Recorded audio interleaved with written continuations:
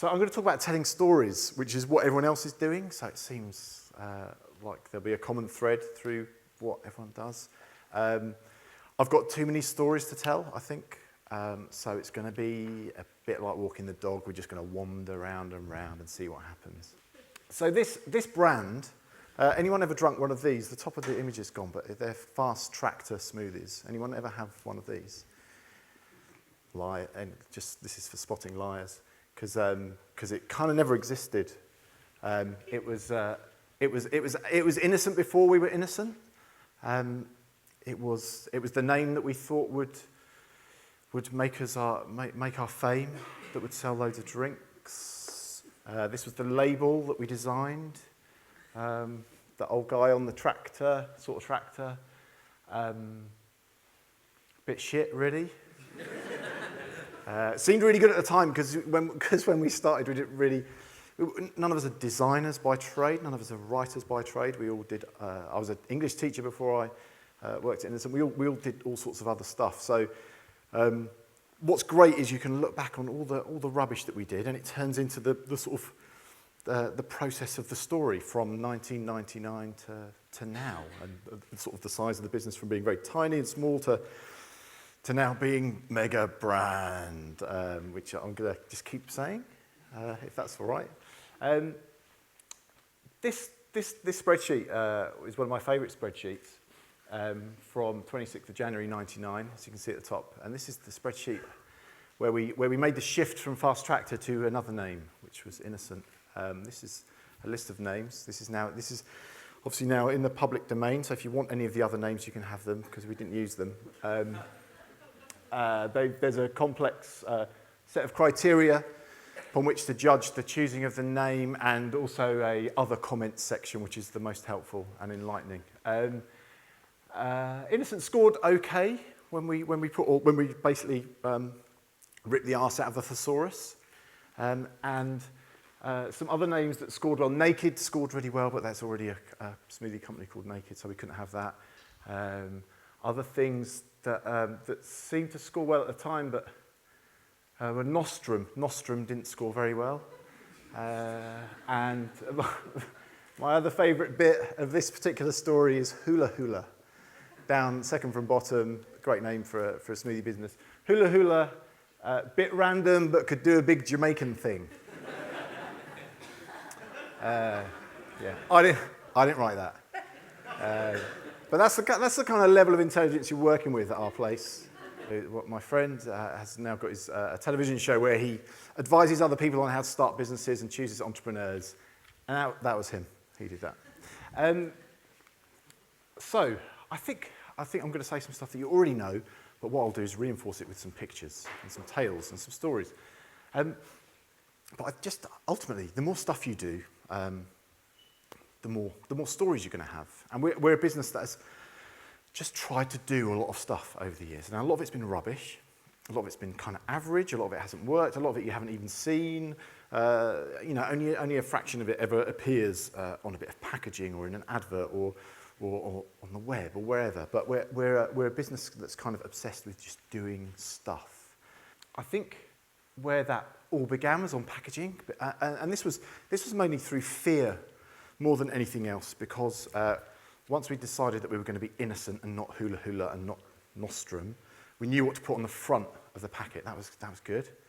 And then we knew that you had to put ingredients and nutritional things on, and then we got the fear again, because there's just this big space. It's this big space where you've got to put stuff, and nobody really told us what you had to do there.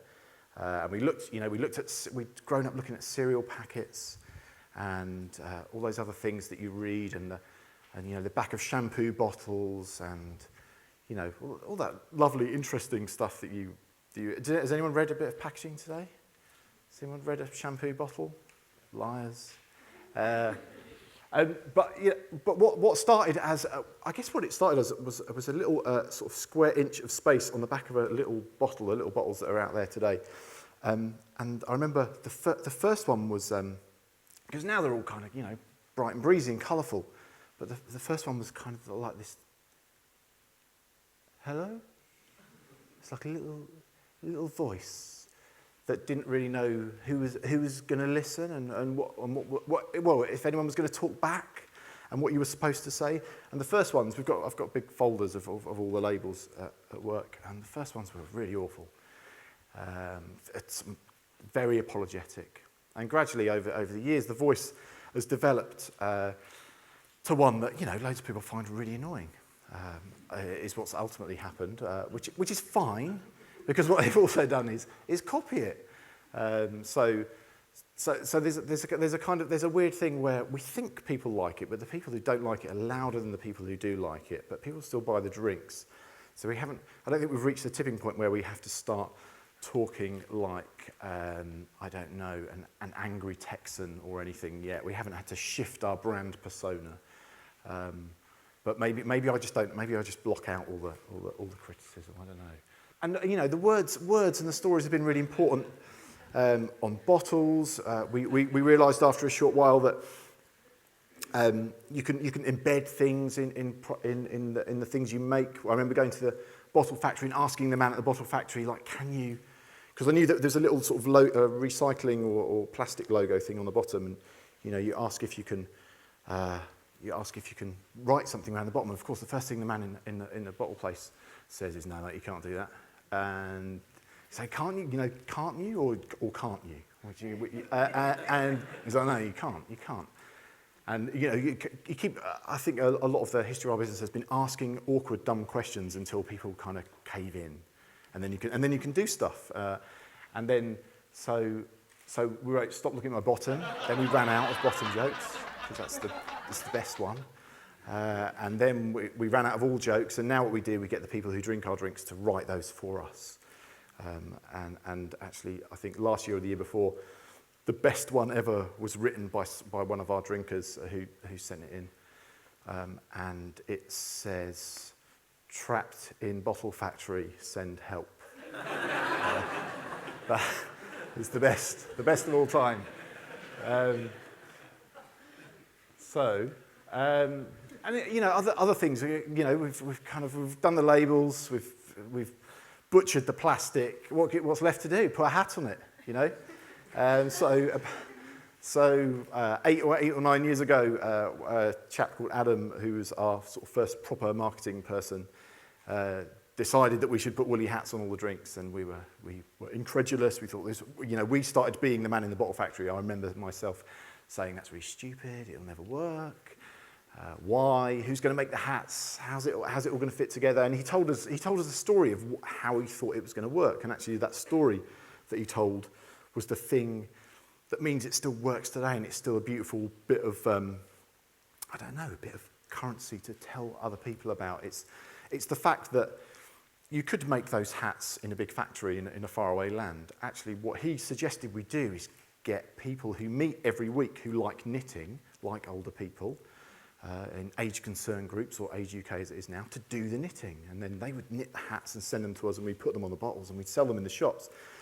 And the extra bit of money that we raised from selling these behatted bottles would go back to the people who knitted the hats in the first place, back to the charity to pay the winter heating bills for these older people, which is amazing. It's a great story. We don't really have to do anything because other people are doing it. We're just the little facilitator in the middle, and it's this story we can tell every year, and it gets bigger and bigger every year. And when people, maybe I'm not the target market, but when people see woolly hats on bottles in shops, they go nuts. They just, what they do? They just nick hats. That's what they do. So as a sort of selling objects device, it's pretty good. It's got flaws because there's some stealing. But ultimately, it gives us this sort of annual tale to return to, and gets bigger and better every year, which is magic. And other things we did back when we didn't know any better, we used to have a free festival called Fruitstock in Regent's Park, which started in 2002. We did for 4 or 5 years until it got really big. It got really big because free festivals tend to get really big because they're free. And in the last year we did it, 160,000 people came over that weekend, which made it just too big, really too big. And the sort of Camden Council got a bit cross. The police wouldn't let us do it again. which, you know, it's all part of the story and the myth to tell. Because what I realised from that particular episode in our history was, if you want to get close to your consumers, handle their feces.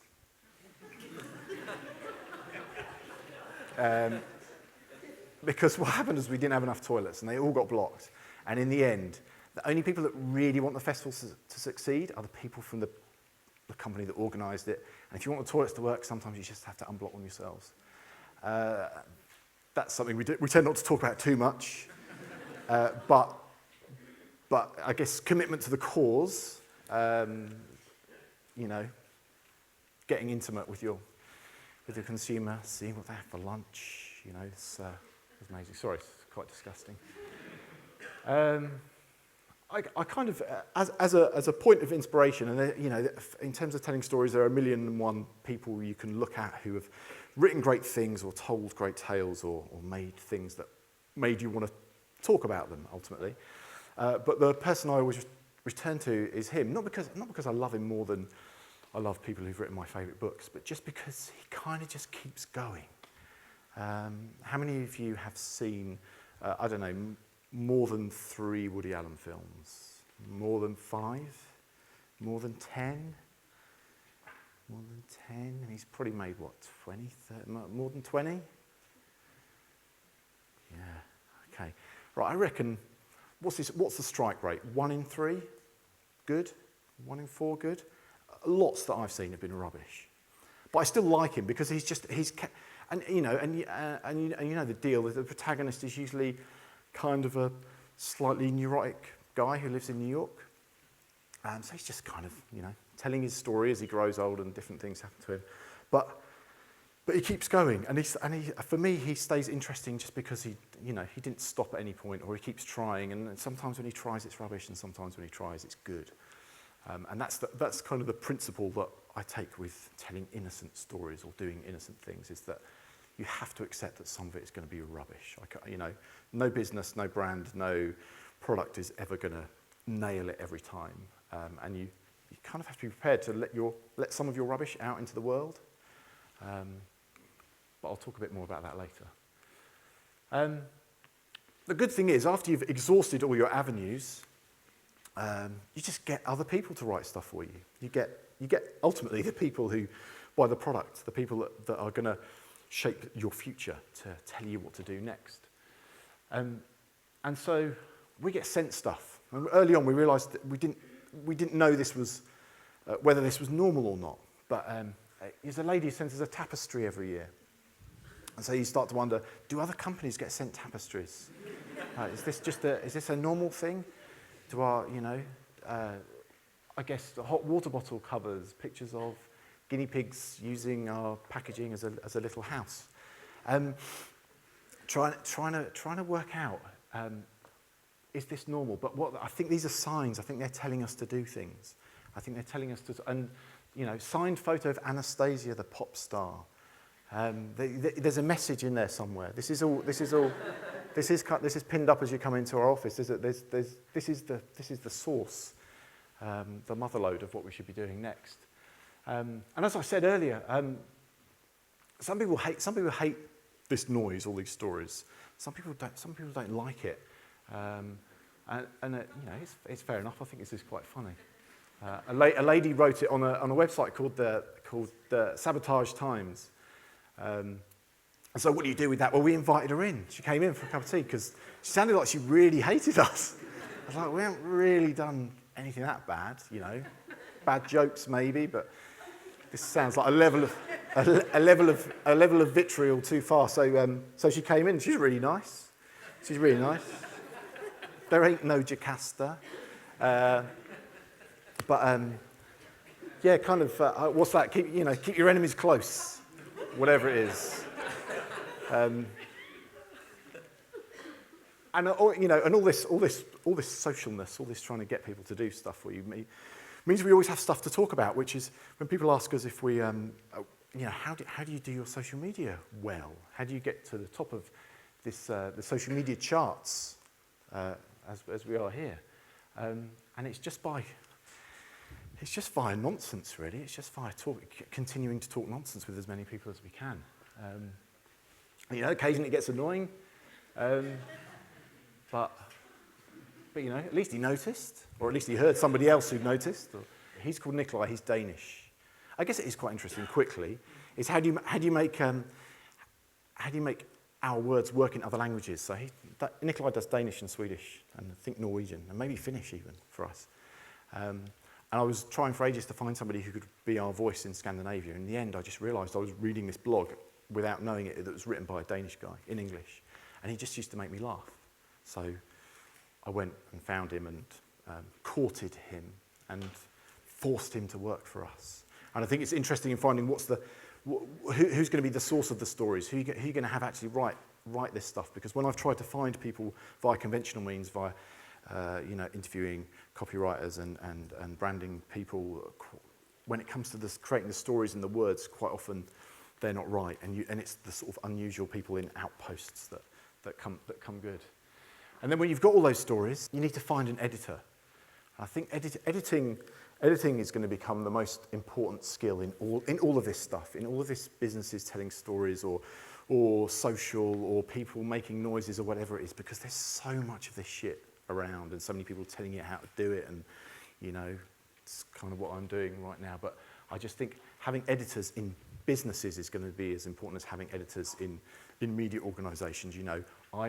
I aspire to be the man in the double-breasted suit with the cigar. That's what I want to be, telling my news hounds what to go and think about and what to go and write, because I genuinely believe that you can read so much dross from businesses that you need people in control of.